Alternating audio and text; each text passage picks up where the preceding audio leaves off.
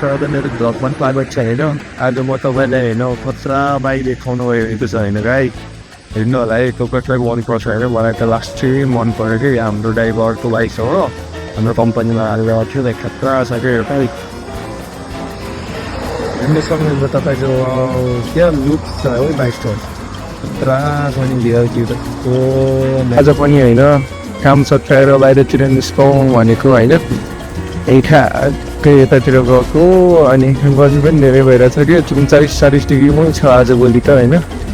अनि स्याहार उसको पातहरू पनि स्थिति जस्तो भइपुगेको छ, धेरै गाह्रो छ त्यो। अनि 9 बजी निस्कियो होइन गाइज होइन। आज आफ्नो मोबाइलले होइन 500 मिटरको मारहेको गाडी आउनु लागेको गाडीहरूलाई क्याप्चर गर्न लगेको छु र इन्टु 8 जो गरेर होइन।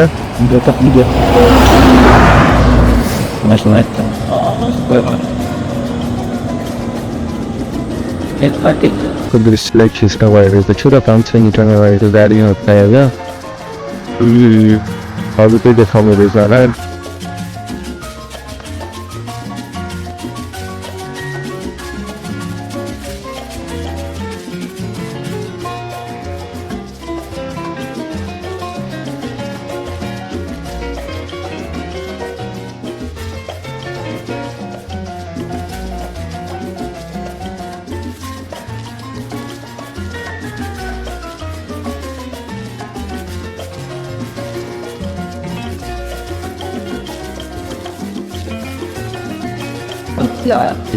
제 생각에서 제 생각에서 어떤 자식 아무래도 그거 저는 저기 그건 안 먹는다.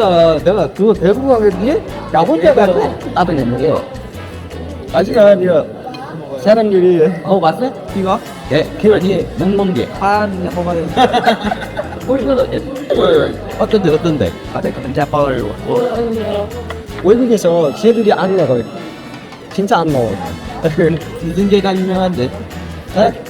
대파 유명한. 다 똑같아요. 응? 대표이 다 똑같아요. 그러니까 무슨 게가 유명하냐? 돈. 저런 게 이거 짜증 거 와인 거 있어요? 짜증 거.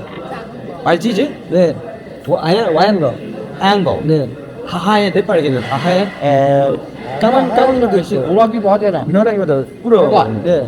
강아지가 얘기가 좋은데 아들 설명은 그만 धेरै गर्छु भएछ त्यहाँनिर यसो चिसोहरू खाउँ र यसो अब अझै शरीरले शीतल पारौँ भनेर अब 7-11 खोज्दै थियो कोरियामा चाहिँ। कोरियामा 7-11मा चाहिँ करिबमा हामीले हुन्छ यस ल्याउनु भएको पनि यसो चिसो खानेकुराहरू खानु पर्यो, धेरै गर्मी भएको होइन गाइज। यहाँनिर चाहिँ बेसी विद्यालय पनि रहेछ, स्कुल पनि रहेछ। स्टेटेड ग्राउन्डमा नानीहरू यहाँ त्यही कोइलाको अवस्थाको गाडीहरू धेरै आइरहेको छ। गाडीहरूबाट आएको छु केही गराउन लाग्छ क्या मलाई त यो भ्लग नै गराउनु लाज लाग्छ।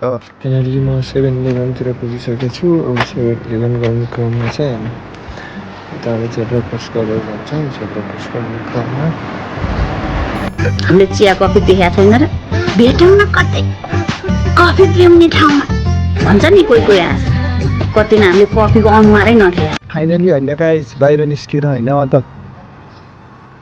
7-11बाट चाहिँ होइन अमेरिकनो किनेर होइन। मलाई चाहिँ अमेरिकनो चाहिँ खतरा मनपर्छ त्यो कफीहरूमा धेरै मनपर्ने भनेको है। म त अब यस्तो दुःख सुख भन्ने कोरियामा यस्तै हो। यस्तरी दुःख भन्ने हुन्छ हेर्नु त अब आफ्नै खाने बानी ल्याउनु यत्रो भारी जस्तो गदाको जस्तो बोकेर यस्तो थाकेर फेरि टाढाबाट ल्याउनु पर्छ।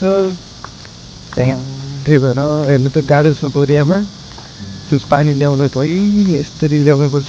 कम्पनीले ल्याएर ल्याउँछ उतादेखि बोकेर उताबाट ठिचोएर कस्तो गाह्रो भन्ने चाहिँ पानी बोक्दा पनि सधैँ पानी ल्याउने काम फेरि मेरो ल्याऊ। अर्को साथीले चाहिँ फोहोरमा रहेछ मैले चाहिँ पानी सोधियो भने पानी ल्याउँछु भनेको पानी ल्याउँदैन ढाड फिस्केर जस्तो त दिनदिनै मूर्तिहरूले पनि लास्टै पानी ल्याउनु छ। त्यही एउटा ट्यालेन्ट पुरै दिन्छ। एकदिन यो ओभरले पुल चढ्दैनले गाह्रो छ गाइज।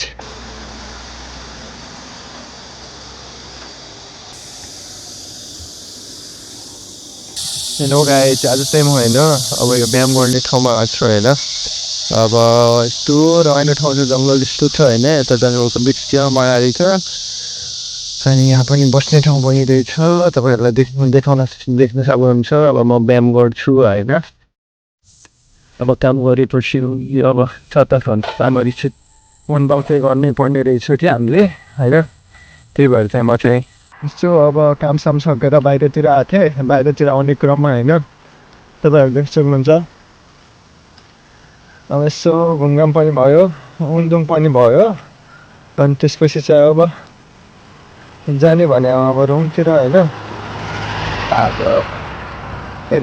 रातिको मौसममा होइन 8-9 बजिसकेपछि कमाएर त बाहिर निस्कन मन लाग्छ होइन। यहाँ पनि रहेछ होइन, लाइटहरू यहाँ तर चन्द्र हुन्छ कि यस्तो ठाउँमा चाहिँ भिडियो खिच्न त आउने चाहिँ यहाँ थाहा पनि छैन। यहाँ एउटा चाहिँ यहाँ पनि रहेछ के रहेछ यो यस्तै उन्दुङमा रहेछ।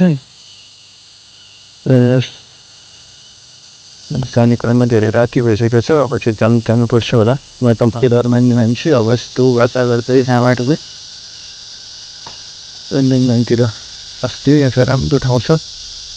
अनि यहाँबाट चाहिँ यस्तो झरेर तलतिर गएर जान्छ होला। यता पनि उन्दुङ गर्ने ठाउँ छ होइन।